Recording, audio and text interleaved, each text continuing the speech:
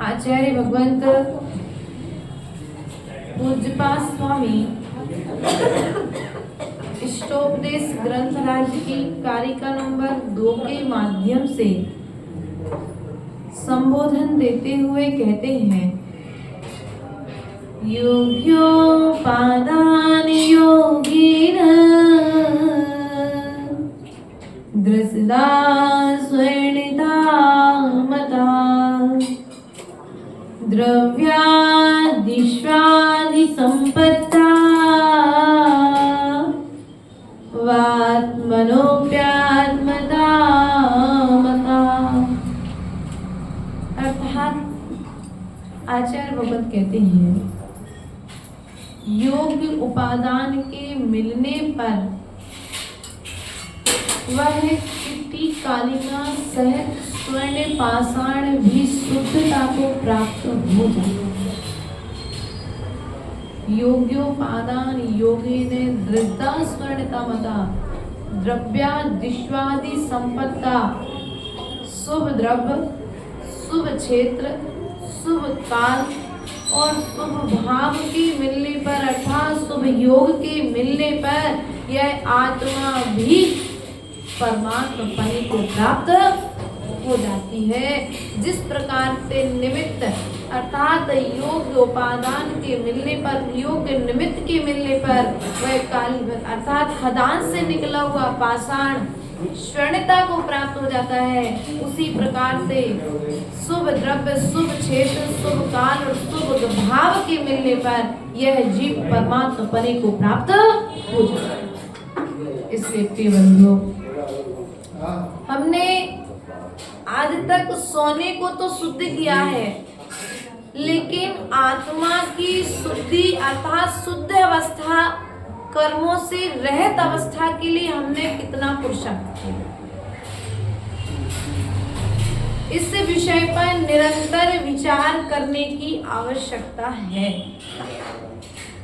क्योंकि हमें शुभ द्रव्य अर्थात मनुष्य पर्याय मिली कि नहीं मिली? शुभ द्रव्य, भरत क्षेत्र, शुभ क्षेत्र मिल गया, कर्म भूमि में जन्म मिल गया, क्योंकि वो भूमि से जीव मोक्ष नहीं जा सकता। मात्र कर्म भूमि एक ऐसी भूमि है जहाँ से जीव कर्म करके, कर्मों की निर्जरा करके मोक्ष को प्राप्त कर सकता है। शुभ द्रव्य, शुभ क्षेत्र, शुभ काल। शुभ काल ये मानो आपका जन्म छठवें काल में नहीं हुआ, पंचम काल में हुआ है, और पंचम काल में भी व्यवस्था है कि आपको साधना के योग साधन प्राप्त हो रहे हैं। हो रहे कि नहीं हो रहे? हो रहे। साधना के योग साधन मिल रहे हैं। इस पंचम काल में भी महावीर की मुद्रा को धारण करने वाले, अरहंत की मुद्रा को धारण करने वाले साक्षात निर्ग्रंथों के दर्शन हो रहे हैं। इस काल में भी, पंचम काल में भी तुम्हारे लिए शुभ काल मिला, शुभ क्षेत्र मिला, लेकिन भाव तो शुभ द्रव्य मिल गया, शुभ क्षेत्र मिल गया, शुभ काल मिल गया, ये तीन अकेले कुछ कर पाएंगे क्या? शुभ द्रव्य, मंदिर बहुत अच्छा स्थान मिल गया, माँ जिनवाणी आपने हमारे लिए रख दी, शुभ द्रव्य हमको मिल गया, शुभ क्षेत्र स्थान अच्छा है, काल अच्छा है, भगवान श्री जिनेंद्र देव के चरणों में देशना देने के समय पर देशना देने के लिए पहुंच गए, काल अच्छा चल रहा है, लेकिन मन अच्छा नहीं हो। भैया सब कुछ अच्छा, हमारा मन नहीं है अभी प्रवचन करने का। बोलो तो, अभी हमारा मन नहीं है अभी धर्म करने का, हमारा भी मन नहीं है साधुओं के पास जाने का, हमारा भी मन नहीं है अभिषेक करने का। अब जब तुम्हारा भाव नहीं होगा भीतर से, तो बाहर में सब कुछ अच्छा मिल जाए, बाहर में कितने ही अच्छे निमित्त मिले, वे तुम्हारे उपादान को मजबूत, बाहर के निमित्त तुम्हारे लिए कार्यकारी होंगे क्या? भीतर का उपादान अर्थात तुम्हारे भाव अच्छे होना अनिवार्य है। सब कुछ तुम्हारे भावों पर डिपेंड करता है। माता जी प्रवचन कर रहे थे ना, जैसे भीतर में भाव रहेंगे, बाहर में भी व्यक्ति तुम्हें वैसा दिखेगा। भगवान की प्रतिमा कभी हंसती दिखती है, तो कभी रोती दिखती है, तो कभी चिंता में दिखती है। तो जब भगवान की प्रतिमा की विशेषता है कि तुम्हारे भीतर के भावों की विशेषता है। ना भगवान हंसते, ना भगवान रोते, ना भगवान कभी टेंशन में होते हैं।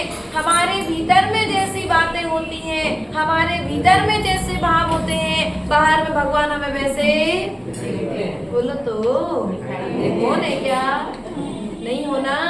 भगवान बाहर में भी हमें वैसे ही दिखाई देते हैं कि नहीं देते हैं? इसलिए प्रिय बंधुओं, योग्य द्रव्य, योग्य क्षेत्र, योग्य काल का सहयोग तुमको मिला है, तो मात्र पंचम काल में तुम्हें किसी को संभालना है, तो मात्र अपने भावों को संभालना है।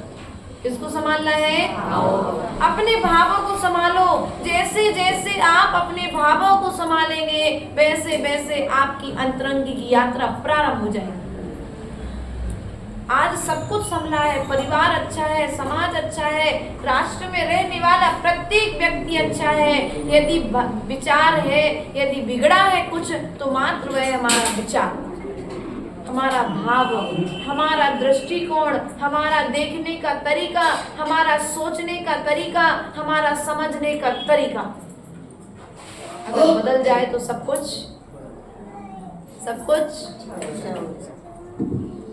एक व्यक्ति को वैद्य ने कहा कि आपको नीम खानी है। क्या खानी है आपको?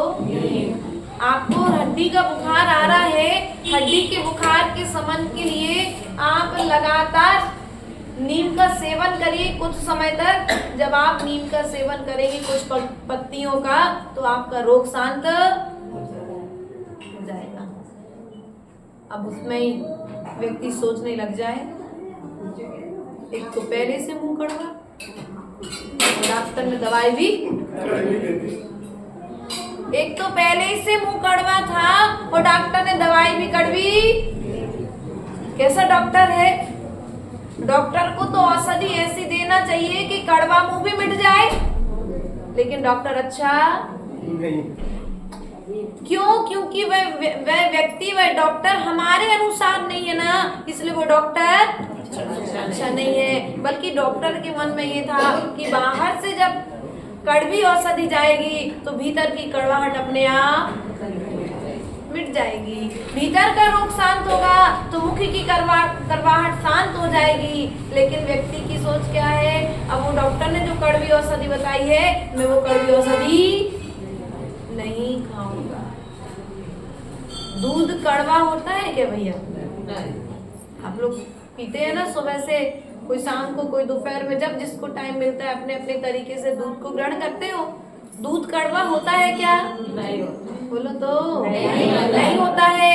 दूध कड़वा नहीं होता है। बाहर में दिखने वाली वस्तु, प्रत्येक वस्तु क्या पीली होती है क्या? थोड़ा सा बोल तो नहीं होती है ना।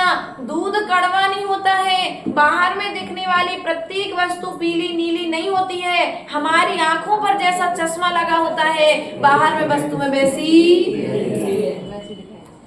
दिखती है ना। नीले कलर के लेंस वाला चश्मा लगाओगे तो नीले कलर की दुनिया दिखेगी, काले रंग के लेंस वाला चश्मा लगाओगे तो दुनिया काली दिखेगी, लाल रंग के लेंस वाला लगाओगे तो लाल दिखेगी, पीले रंग का लेंस वाला लगाओगे तो दुनिया पीली दिखेगी। दुनिया जैसी थी वैसी ही है, हमारी आंखों पर जैसा चश्मा लगा है हमें वैसी। व्यक्ति बुरा नहीं था, हमारे देखने का तरीका बुरा था। डॉक्टर बुरा नहीं था, डॉक्टर के मन में तो ये भाव था कि तुम्हारा रोग शमन हो जाए। लेकिन तुमने क्या कहा? भाई डॉक्टर अच्छा नहीं है, एक तो कड़वा मुंह और कड़वी औषधि, मुझे उस डॉक्टर के पास जाना नहीं है। ध्यान रखना कि कभी कभी क्या होता है, कांटे से कांटा निकलता है। उसी प्रकार से तुम्हारे कर्म निर्जरा के लिए, कभी कभी असाता कर्म के उदय के लिए तुम्हारे लिए कुछ ऐसे कर्म करने पड़ते हैं जिनको करते समय तुम्हें थोड़ा सा कष्ट तो होगा।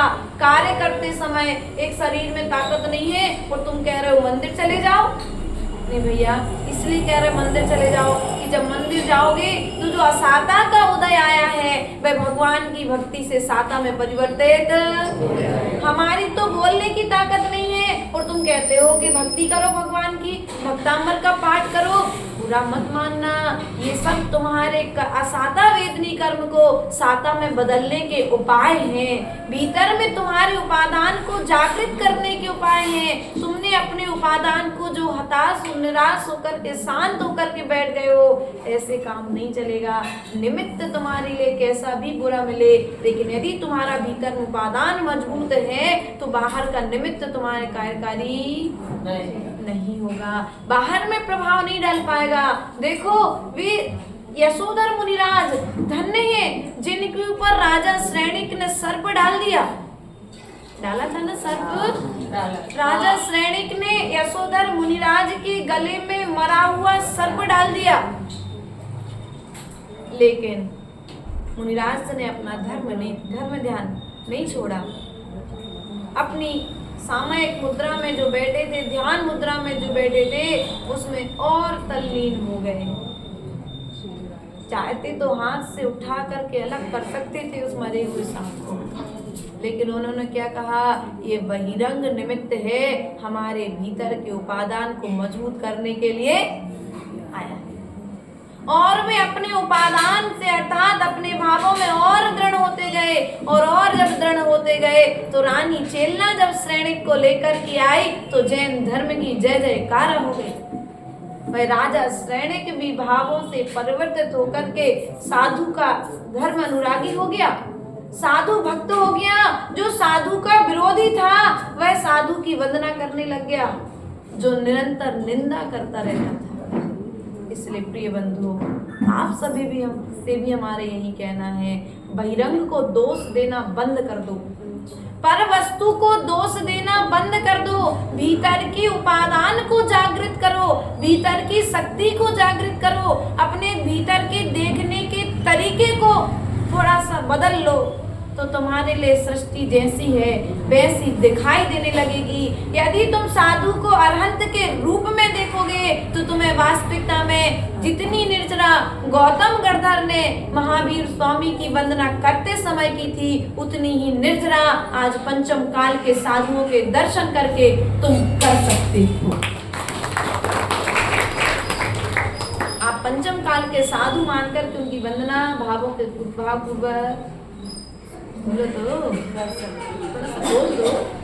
कई जीवों की ऐसी स्थिति है, ये तो पंचम काल के साधु हैं। पंचम काल में आचार्य भगवंत, कल हम लोग चर्चा सागर समाधान एक चंपालाल पंडित जी का ग्रंथ, उस ग्रंथ का स्वाध्याय भी चल रहा है हम लोगों का। उस ग्रंथ राज में लगभग 108 ग्रंथों के प्रमाण सहित 265 प्रश्न लगभग उसमें पंडित जी ने समाधान रूप में दिए हैं।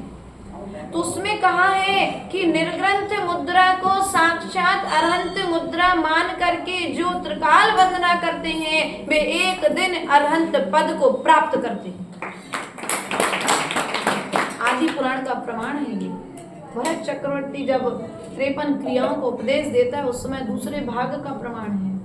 इसलिए प्रिय बंधुओं, ध्यान रखना है, पंचम काल भले ही है, लेकिन पंचम काल की व्यवस्था को भी चतुर्थ काल में विराजमान होने वाले भगवान महावीर स्वामी ने जाने के पूर्व में, यहाँ से मोक्ष जाने के पूर्व में व्यवस्था को व्यवस्थित करके गए हैं। साधु को आज्ञा दे करके गए हैं कि भैया तुमको पंचम काल में इस प्रकार से अपनी चर्या का निर्वाह करना। लेकिन हम कुछ श्रावक ज्यादा ज्ञानी हो जाते हैं, तो क्या होता है, 4 किताबें, 4 पन्ने, 4 शब्दों का ज्ञान हुआ कि हमने, बोलो तो, चतुर्वेद संघ की अभिनय करना प्रारंभ कर लेते हैं। ध्यान रखना है कि वह राजा श्रेणिक जो छायक सम्यक दर्शन को प्राप्त कर लिया, किसके बल पर किया भैया राजेश? छायक सम्यक दर्शन को राजा श्रेणिक ने प्राप्त किया, किसके बल पर? गुरु की वंदना की थी, सो छायक सम्यक दर्शन प्राप्त कर लिया। और जब गुरु की निंदा की थी सो नरक गति के दुखों को भोग रहा। तीर्थंकर प्रकृति का बंद कर लिया, वंदना की सो क्या अभी नरक में है, निकल करके आएगा तीर्थंकर बनेगा। और निंदा की थी सो नरक में दुख आज वर्तमान में होगा। इसलिए प्रिय बंधुओं, वंदना करके स्वर्ग और सिद्धालय जाना श्रेष्ठ है, निंदा करके नरक और निगोद में रहना श्रेष्ठ नहीं है। अब आपको निर्णय करना है कि आपको वंदना करके सिद्धालय और स्वर्ग जाना है कि निंदा करके निगोद, त्रियंच और नरक की यात्रा करना है। आप स्वयं अपने निर्णायक हैं, इसलिए ध्यान रखिएगा। ग्रंथ जब तक हम पढ़ेंगे नहीं तब तक निर्ग्रंथों की वंदना, बोलो तो, निर्ग्रंथों की अभिनय नहीं करें। इतना संकल्प होना चाहिए। भगवान को रोज अर्घ चढ़ाते हो, भगवान को उतनी प्रसन्नता नहीं होती है क्या? पूछना भगवान से, भगवान हम आपकी पूजा कर रहे हैं, आपको कुछ खुशी मिल रही क्या? यदि खुशी मिलने लगेगी तो भगवान नहीं रहेंगे क्या भैया? पढ़ो आप देवागम स्तोत्र समंत्रभद्र स्वामी का न्यायचार। यदि आपको हमारे अर्घ चढ़ाने से, अभिषेक करने से यदि आपको खुशी मिलती है तो फिर आप भगवान नहीं। भगवान है क्या? नहीं है।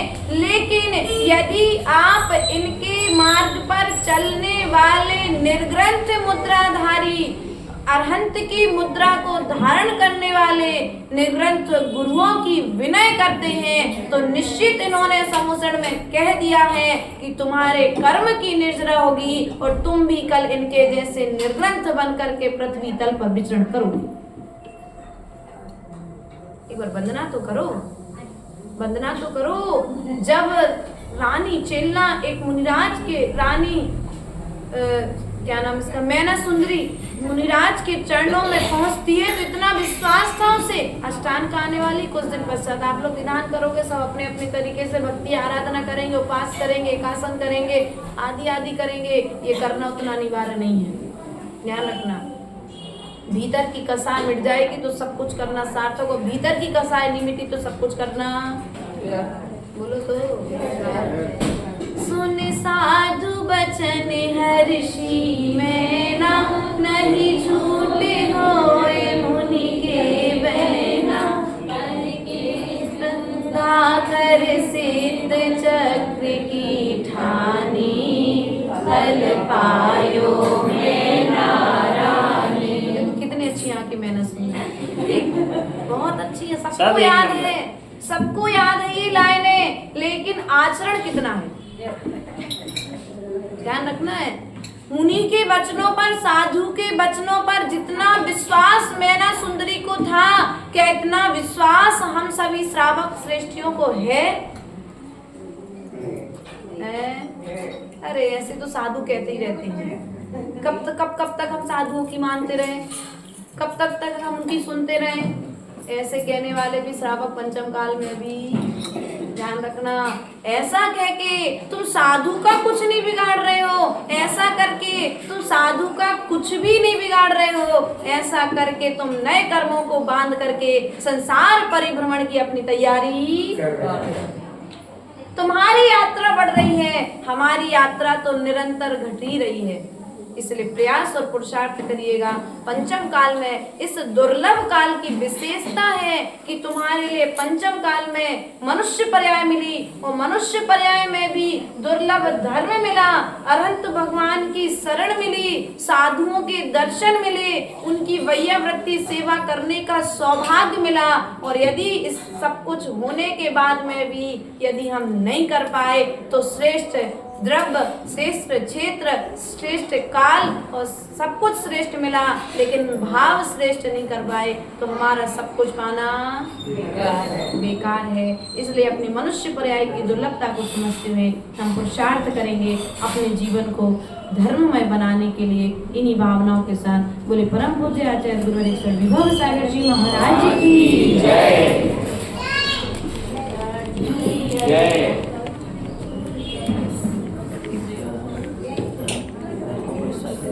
चलते हैं ना, 3 बजे से स्वागत चलता है, शाम को